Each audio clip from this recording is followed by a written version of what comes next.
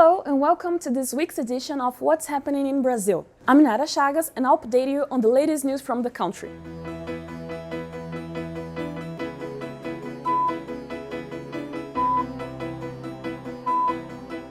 Last Sunday, September 10, Brazil assumed the G20 presidency during the closing ceremony of the 80th G20 summit, which took place in New Delhi, India. According to President Lula, Brazil's G20 leadership will have three priorities: social inclusion by combating hunger, tackling climate change, and the defense of reforming global governance institutions to reflect the current geopolitics. During the summit, Lula got involved in a controversy after saying that Russian President Vladimir Putin won't be arrested if he attends the next G20 meeting to be held in Rio de Janeiro in 2024. Putin was condemned by the International Criminal Court in March this year and since then hasn't attended international events due to the risk of being arrested. After negative comments, Lula changed his mind and said it's up to the court to decide on Putin. Last week, Rio Grande do Sul, Brazil's southernmost state, was hit by heavy rains that are being considered the most serious climate disaster in the region. 80 cities and towns were affected, 22 declared a state of emergency. About 130,000 people were affected by rainfalls. At least 41 died and almost 50 are missing. Over 10,000 people were displaced or are homeless. And there is news about the legal sale of jewelry during Jair Bolsonaro government. His former aide, Mauro Cid, signed a plea bargain ratified by Brazil's Supreme Court. Cid gained temporary release but must use an ankle monitor, was removed from the Brazilian army, and has limitations on leaving his residence. The plea may hit the former president and people close to him. President Lula signed a decree that establishes the Technical Chamber of Destination and Land Regularization of rural federal public lands. The initiative aims to improve and speed up the use of lands, focus on the creation of new conservation units, demarcation of indigenous lands, and regularization of family farmers' properties.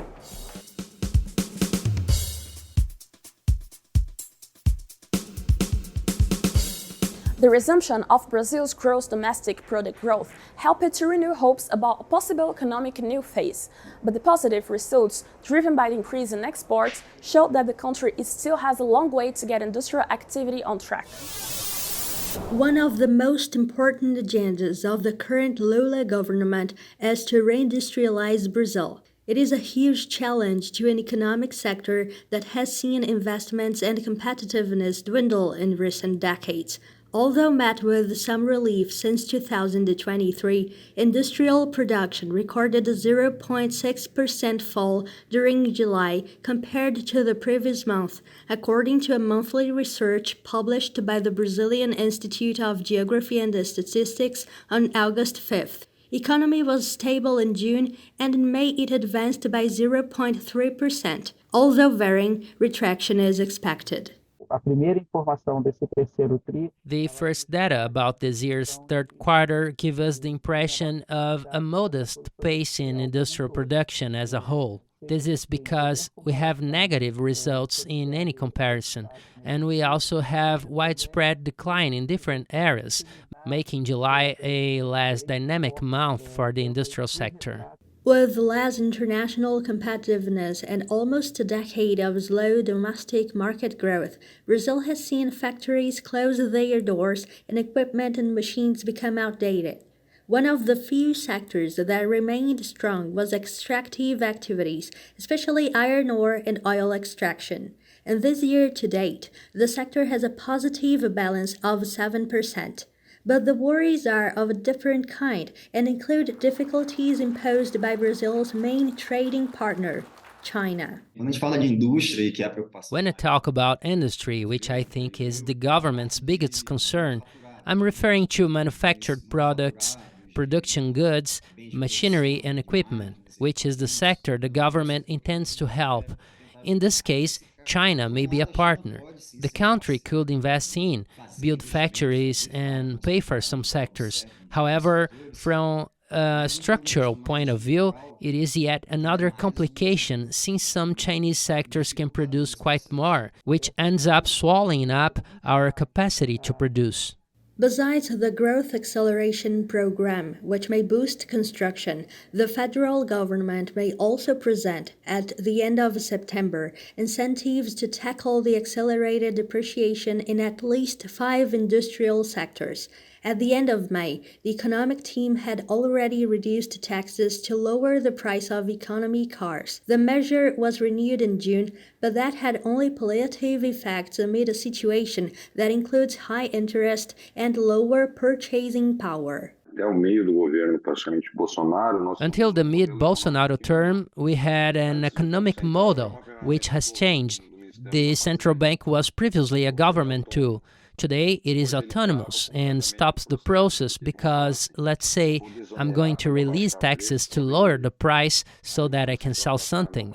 Then the central bank says that if people sell, there will be inflation. So I increase the interest rate. That's what happened with the exemption for cars. The interest rates were too high, so how would I refinance my car? It could only be possible by paying in cash. There are also other issues involving the industry, such as infrastructure, research, and innovation. These are the key factors to use Brazil's power to become a global leader in energy transition and sustainability. The government is considering this perspective, so there is the tax reform, by which the industrial sector was the least affected. We can say there wasn't any tax increase. Services were taxed, but not the industry, which was in a difficult situation. Therefore, it had to be stimulated. It is a good sign. Brazil's economic recovery has started, so if everything goes well and the country resumes its growth in a consistent way, little by little every year, the internal market will awaken. The return to normal political reality tends to influence the economy positively.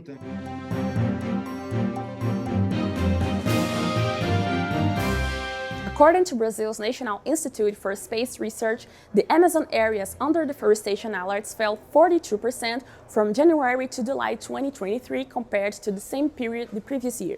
In the month we celebrate Amazon Day, Brasil de Fato talked to André Lima, the Brazilian Secretary for Combating Deforestation. He says Brazil has consolidated a reduction in deforestation rate and shares the measures the government will take to ensure deforestation continues to fall.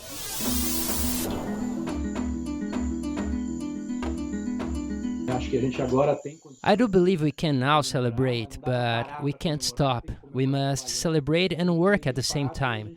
Indeed, we achieved consistent results and on a satisfactory scale, a positive one.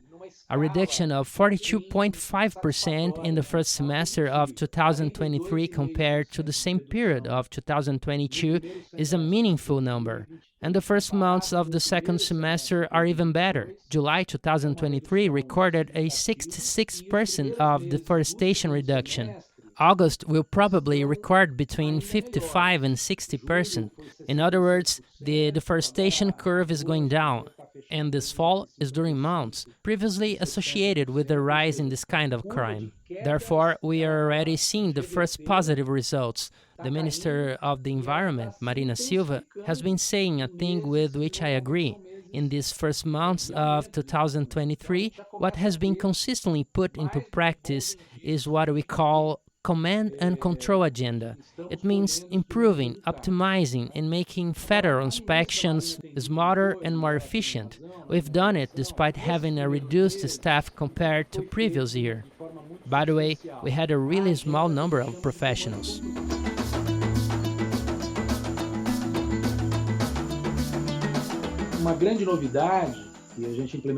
A relevant new thing we implemented was the adoption of remote embargoes on properties. That is, we enhanced the use of technology to detect deforestation, mobilize on-the-ground inspectors, and also to remotely find environmental offenders. It has already shown results since we multiplied by 10 our inspection capacity. Secondly, when talking about rural environmental registries, we made some important adjustments in these first months. A case in point is the cancellation of thousands of real estate registered on indigenous lands and conservation areas. It is a normative action, but it has relevant outcomes because everything we are making has practical outcomes. However, there is also a kind of result we call a deterrent result. What is it? There is a community of people interested in deforestation that somehow share information. It is an informal network, so to speak. These people end up knowing everything that is happening.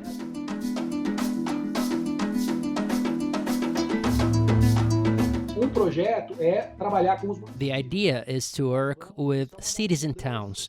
That is one of the changes to the Amazon Fund. The Amazon Fund did not allow resources for cities and towns. They were distributed to these locations by the states. Now it will change. We intend to join forces with cities and towns. Another strategy is more investments in forest restoration, agroforestry, and economic activities with traditional peoples and communities, making money to be distributed to those who are keeping the forest standing and preserving it. So we are focusing on projects. For instance, extractive reserves are threatened by animal farming. We want to invest resources to strengthen the bioeconomy, extractive activities, and agroforestry restoration in these areas.